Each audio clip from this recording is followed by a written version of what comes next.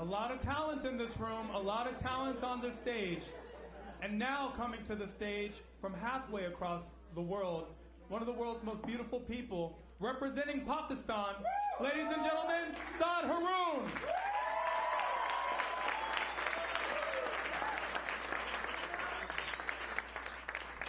Oh, thank you, ladies and gentlemen. It is great to be here as part of this contest.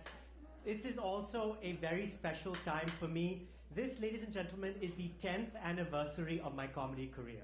Can you imagine? Thank you. Thank you. It's also the 10th anniversary of my father asking me not to do comedy. So it's a big day. Neither of us gave up, you see.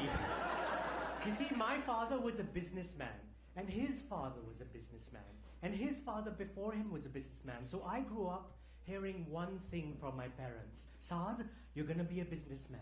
It's in your blood. They'd say it with so much confidence, like they actually took a blood sample and sent it to a lab.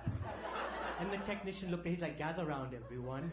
It's half DNA, half MBA. This boy's a businessman. And I worked with my father for 7 years. I really tried to be a businessman. But he was my father and he was my boss. He was in charge of me in the daytime and the nighttime. In the day, I'd go to work, and he'd come to me. He's like, Saad, have you faxed these documents? Did you fax them? Have you faxed them? Did you fax these yet? Have you faxed them? Did you fax these? Where did you fax them? Did you write on your desk? Did you fax them? Are you faxing them? Did you fax them? Did you fax them?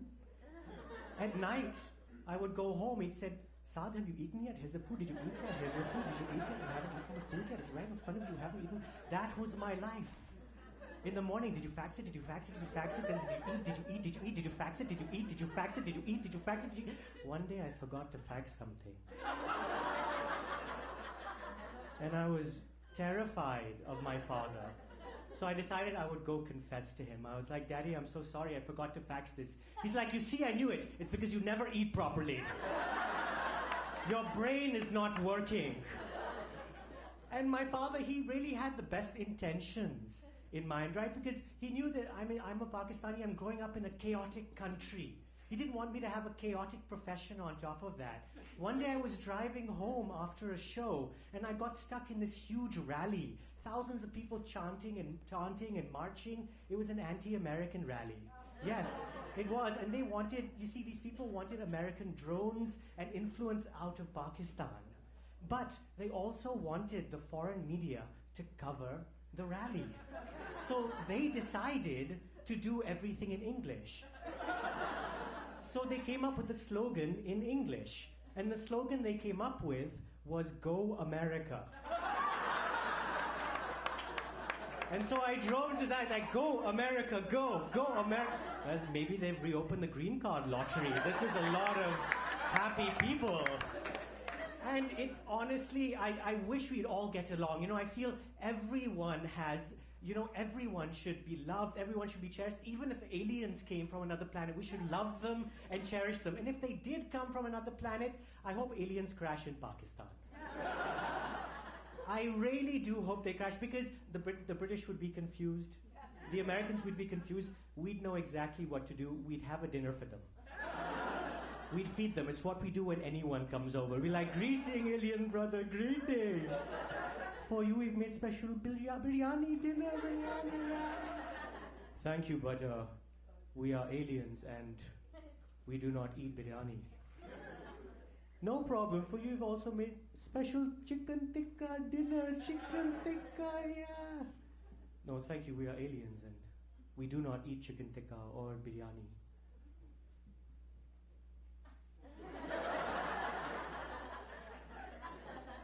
Just one bite from my hand. No, you don't understand. We don't eat any.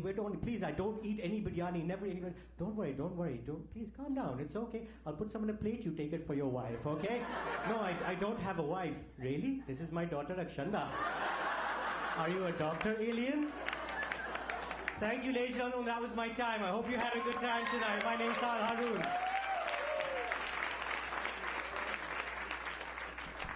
Saad Haroon, ladies and gentlemen.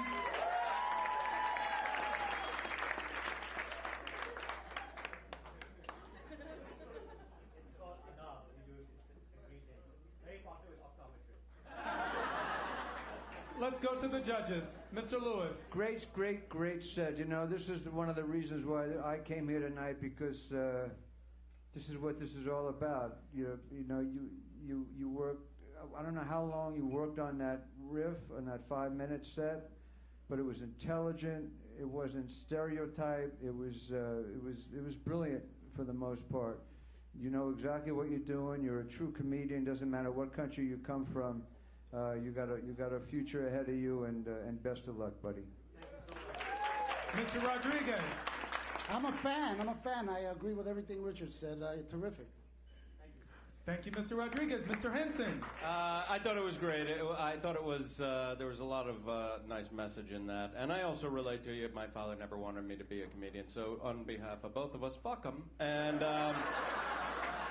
got a little Tom Cruise-y with the alien material, but I enjoyed it. So thank you very much.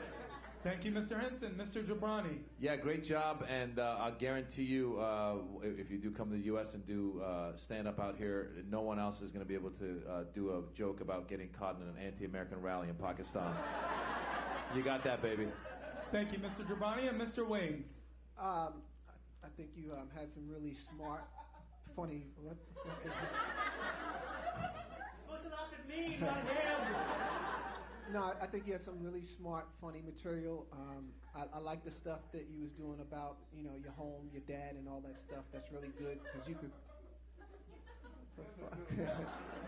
I'm so sorry. Is someone tickling you? Because... Hi. Mr. Waynes. Aside from the fact that you look like one of the dudes on The Big Bang Theory, you keep working your stuff, you're going to be a star, man. Keep working up hard, all right? Thank you, Mr. Waynes. Ladies and gentlemen, Saad Haroon from Pakistan.